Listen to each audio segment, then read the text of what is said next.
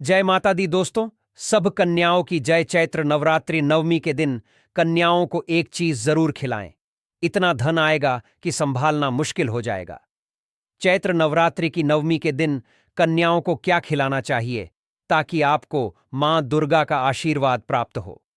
कन्या पूजन का विशेष महत्व होता है।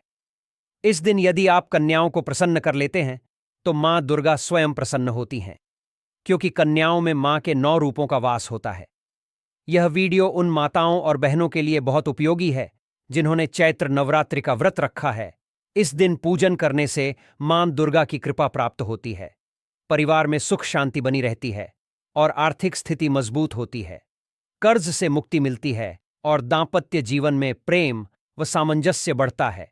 संतान सुख मिलता है और बच्चों का स्वास्थ्य अच्छा रहता है। घर में सकारात्मक ऊर्जा का संचार होता है। 7 न या 11 कन्याओं को आमंत्रित करें। इनकी संख्या 1 से अधिक और 11 से कम होनी चाहिए। इनके साथ एक बालक लंगूर को भी शामिल करें, जिसे भगवान हनुमान का स्वरूप माना जाता है। शुद्ध जल से उनके पैर धोकर आशीर्वाद ले। कन्याओं के माथे पर रोली और चंदन का तिलक लगाएं। उन्हें प्रसाद, दक्षिणा एवं उपहार दें और उनका सम्मान करें। भोजन में पूरी चना, हलवा और फल खिलाएं। कुछ विशेष चीजें खिलाने से कन्याएं अत्यधिक प्रसन्न होती हैं। माता शैलपुत्री, ब्रह्मचारिणी, चंद्रघंटा, कुष्मांडा, स्कंद, माता कात्यायनी, कालरात्रि, महागौरी और सिद्धदात्री की विशेष पूजा श्रद्धा और उत्साह के साथ करनी चाहिए। हिंदू पंचांग के अनुसार इन 9 दिनों में मां दुर्गा की सभी शक्तियां जागृत होती हैं। कन्या पूजन करने से सभी मनोकामनाएं पूर्ण होती हैं। धन, सुख, समृद्धि और शांति की प्राप्ति होती है। वास्तु दोष, पितृदोष, राहु दोष, मंगल दोष और काल सर्प दोष से राहत मिलती है। इसीलिए श्रद्धा और प्रेम से कन्या पूजन करें और मां दुर्गा की कृपा प्राप्त करें। दोस्तों, आपको बता दें कि इस बार माता रानी पालकी की सवारी पर पृथ्वी लोक पर आई हैं और भक्तों के कष्ट दूर करेंगी। जब माता रानी पालकी पर सवार होकर आती हैं तो धरती पर फूल खिलते हैं, वर्षा होती है और हरियाली बढ़ती है। इससे जीवन सुखमय हो जाता है। जिस घर में सच्चे मन से मां जगदंबा का स्वागत होता है, वहां सुख समृद्धि का वास होता है। भक्तों, आगे बढ़ने से पहले अगर आप भी चाहते हैं कि माता लक्ष्मी का आशीर्वाद आपके ऊपर सदैव बना रहे, तो इस वीडियो को एक लाइक करके आपके अपने चैनल श्री शिवाय टीवी को सब्सक्राइब कर लें और कमेंट बॉक्स में जय लक्ष्मी माता लिखकर अपनी हाजिरी अवश्य से लगाएं। चैत्र नवरात्रि 2025 को बहुत ही शुभ और मंगलकारी माना जा रहा है। इस साल यह नवरात्रि रविवार 30 मार्च से शुरू होगी और 6 अप्रैल रविवार को समाप्त होगी।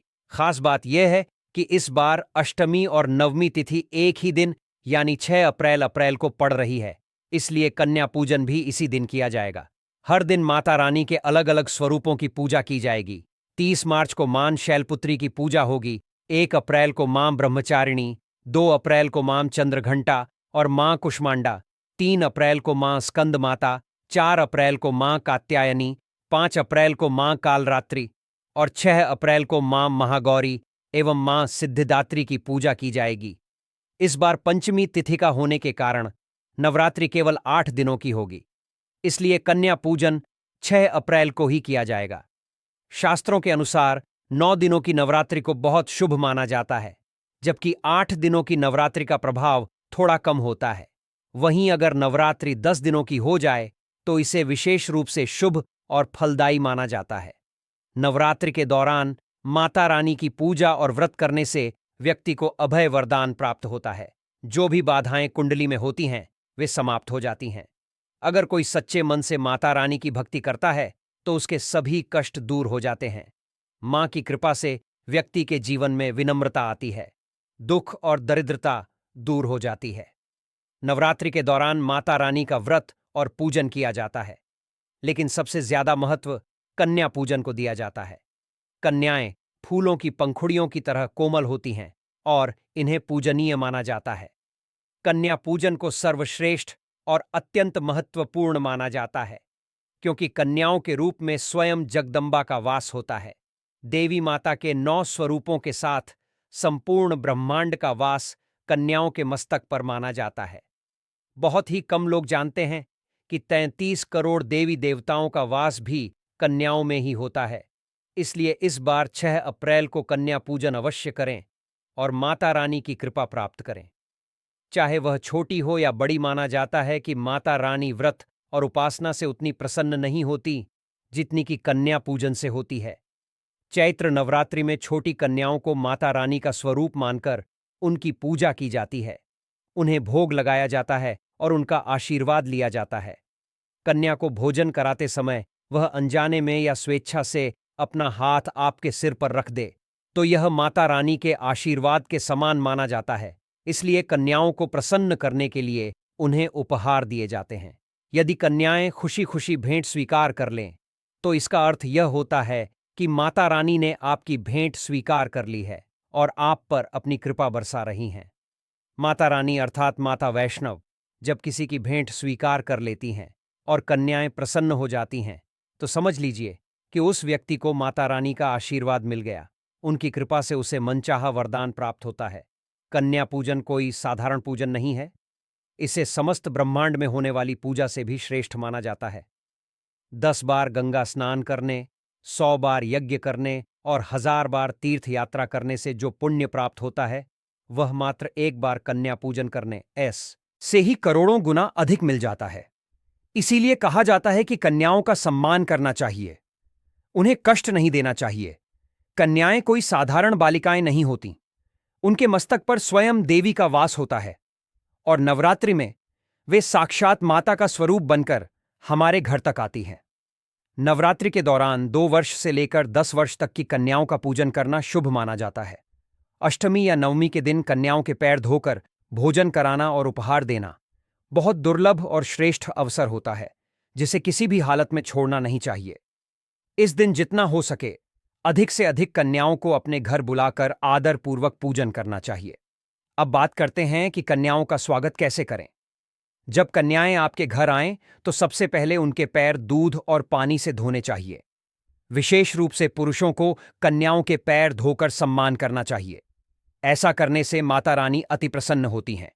इसके बाद कन्याओं को साफ जगह पर कपड़ा बिछाकर बैठाए और उनके माथे पर अक्षत फूल और कुमकुम लगाकर उनका पूजन करें।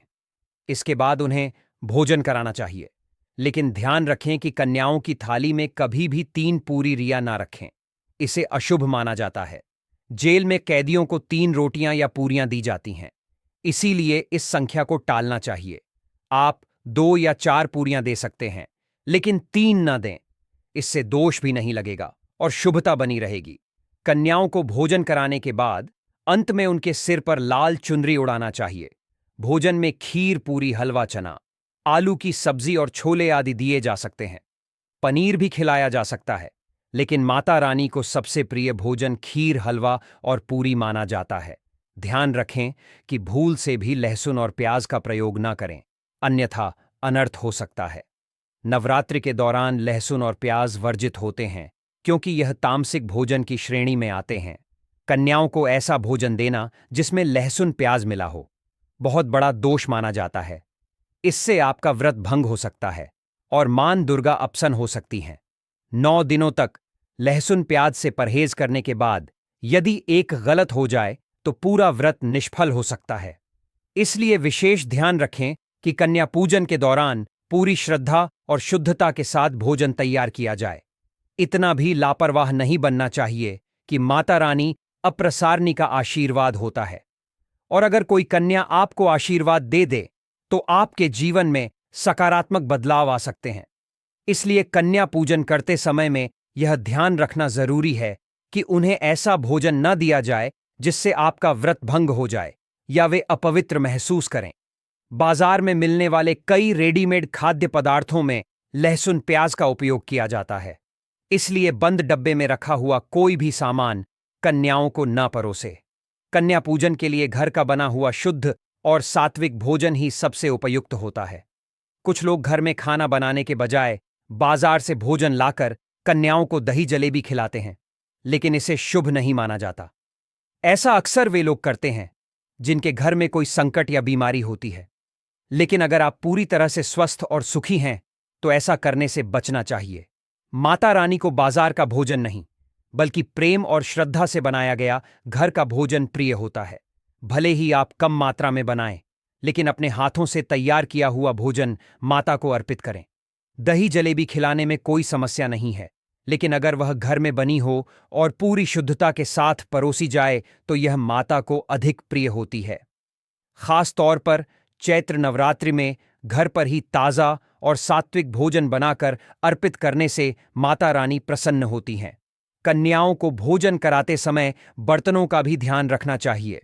प्लास्टिक या किसी अन्य अशुद्ध बर्तनों का उपयोग न करें, क्योंकि पूजा पाठ के लिए ऐसे बर्तन अशुभ माने जाते हैं। कई बार इनमें हड्डियों के अवशेष होते हैं जो पूजा में वर्जित माने जाते हैं। इसीलिए हमेशा स्टील, तांबे या केले के पत्तों से बने बर्तनों का उपयोग करें। ऐसा करने से माता रानी का आशीर्वाद प्राप्त होता है और घर में सुख समृद्धि आती है। अगर नवरात्रि समाप्त होने के बाद किसी कारणवश कन्या पूजन ना कर पाए हो, तो शुक्रवार के दिन इसे करने से भी माता रानी की कृपा प्राप्त होती है। तो कन्याओं को खट्टी चीजें ना खिलाएं। शुक्रवार माता संतोषी को समर्पित होता है और वे नवरात्रि के दिनों में विशेष रूप से सक्रिय रहती हैं। इस दिन खट्टी चीजें खाने से माता संतोषी अप्रसार आप मुझे और कन्याओं को भी ऐसा भोजन ना दें। भोजन करने के बाद कन्याओं की थाली में एक लौंग अवश्य रखें, क्योंकि यह माता दुर्गा को अत्यंत प्रिय है।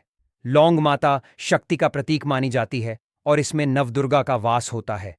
नवरात्रि के 9 दिनों में माता रानी को लौंग अर्पित करना शुभ होता है, इसीलिए भोजन के बाद कन्याओं को भी लौंग अर्पित करें। ऐसा करने से माता लक्ष्मी की कृपा बनी रहती है और जीवन में धन धान्य की कमी नहीं होती। कन्याओं को प्रसन्न करने के लिए उनकी थाली में दक्षिणा जरूर दें, जिससे आपके घर में समृद्धि बनी रहे और धन की कोई कमी ना हो। जब कन्या आपके घर से खुशी खुशी आशीर्वाद और धन लेकर जाती है, तो वह आपके जीवन में भी कई गुना खुशियां और समृद्धि लेकर आती है। इसलिए इस समय कंजूसी ना करें। शास्त्रों में कहा गया है कि जितनी प्रसन्नता कन्या को मिलेगी, माता रानी उतनी ही जल्दी आपकी मनोकामनाएं पूरी करेंगी। आप कन्याओं को चॉकलेट बॉक्स, सुंदर कपड़े या स्टील के बर्तन उपहार में दे सकते हैं, लेकिन ध्यान रहे कि काले कपड़े ना दें और लोहे का कोई भी सामान ना दें। लोहे का सामान देने से राहु केतु का नकारात्मक प्रभाव आपके जीवन में सकता है, जिससे राहु काल और राहु दोष का असर हो सकता है।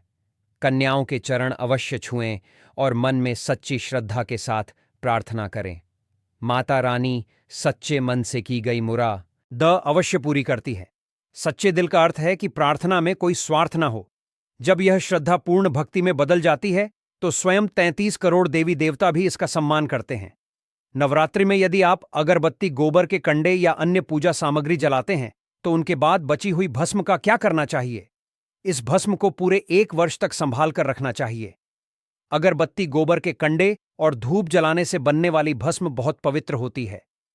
यदि यह अधिक मात्रा में हो तो इसे पवित्र नदी में प्रवाहित कर सकते हैं, लेकिन थोड़ा भाग अपने पास रखना शुभ होता है। भक्तों, यदि अभी तक आपने जय माता दी नहीं लिखा है, तो कृपया लिखें। इससे हमें और अधिक प्रेरणा मिलती है, ताकि हम आपको उपयोगी जानकारी देते रहें।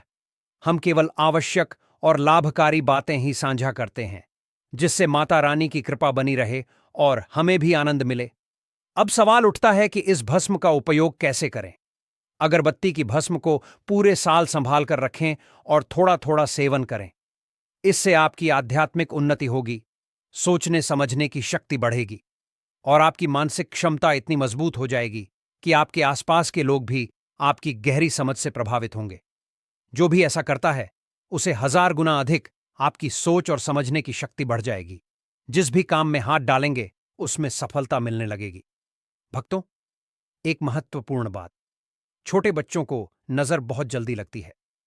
यदि आपने माता रानी के लिए 9 दिनों तक जो अगरबत्ती या धूप जलाई है, उसकी बची हुई भस्म को बच्चों के मस्तक पर हल्का सा तिलक लगा सकते हैं। इससे बुरी नजर नहीं लगेगी। अगर किसी को पेट दर्द हो या अचानक किसी हिस्से में पीड़ा हो, तो उस स्थान पर यह भस्म लगाएं। यदि किसी पर कोई नकारात्मक शक्ति का प्रभाव हो, तो वह भी दूर हो जाएगा। अगर सिर में दर्द हो, तो इस भस्म को हल्का सा माथे पर लगाने से तुरंत राहत मिलती है। यह भस्म हर तरह की समस्याओं को दूर करने में सहायक मानी जाती है। अगर इसे रोजाना थोड़ा थोड़ा सेवन किया जाए या बच्चों को दिया जाए, तो उनकी बौद्धिक क्षमता में भी वृद्धि होती है। खासकर उन बच्चों के लिए यह बहुत लाभकारी हो सकती है जो पढ़ाई में कमजोर होते हैं। अगर आप इस भस्म का तिलक प्रतिदिन अपने माथे पर लगाते हैं तो यह बहुत ही शुभ माना जाता है। इससे न सिर्फ आत्मविश्वास और ऊर्जा बढ़ती है, बल्कि आध्यात्मिक उन्नति भी होती है। जब तक यह तिलक आपके माथे पर रहेगा, तब तक कोई भी नकारात्मक शक्ति आपका कुछ नहीं बिगाड़ पाएगी। अगर कोई व्यक्ति तंत्र मंत्र से आपको प्रभावित करने की कोशिश करेगा, तो वह निष्फल रहेगा। अब बात करते हैं जो कि बची हुई बाती की अधिकतर लोग इसे नदी में बहा देते हैं या धन रखने के स्थान पर रखते हैं। लेकिन ऐसा करने से पूरा लाभ नहीं मिलता। यह कोई साधारण वस्तु नहीं होती, बल्कि स्वयं मां दुर्गा का आशीर्वाद मानी जाती है। जब यह बाती 9 दिनों तक अखंड जलती है, तो इसमें दिव्य शक्ति समाहित हो जाती है। अगर इसे धारण किया जाए या अपने पास रखा जाए तो कई लाभ मिलते हैं। यदि आप मां दुर्गा की कृपा प्राप्त करना चाहते हैं, तो इस ज्योत की बची हुई बाती को अपने पास रखें। नवरात्रि में छोटी छोटी कन्याओं को मां का ही स्वरूप माना जाता है। इसलिए जब कन्या पूजन के लिए भोजन बनाएं, तो उसमें से 2 पूरियां गाय को अवश्य खिलाएं। अगर इस दिन आपके घर के पास कोई गाय आ जाए, तो उसे प्रेम से भोजन कराएं। गाय को माता लक्ष्मी का स्वरूप माना जाता है और उनके शरीर में 33 करोड़ देवी देवताओं का वास होता है। जब आप उन्हें भोजन कराते हैं तो इसका मतलब होता है कि आपको सभी देवी देवताओं का आशीर्वाद मिल गया। ऐसा करने से कुछ ही समय में आपके जीवन में सुख समृद्धि का आगमन होगा और हर तरह की बाधाएं दूर हो जाएंगी। भक्तों, यह तमाम जानकारी जन रुचि को ध्यान में रखकर दी जा रही है। वास्तुशास्त्र के उपाय को अपनी आस्था और विश्वास पर आजमाएं। हमारा चैनल इस वीडियो के द्वारा किसी भी प्रकार का कोई दावा नहीं करता है। आज की यह जानकारी अगर आपको पसंद आई हो, तो इस वीडियो को एक लाइक करके आपके अपने चैनल श्री शिवाय टीवी को सब्सक्राइब कर लें।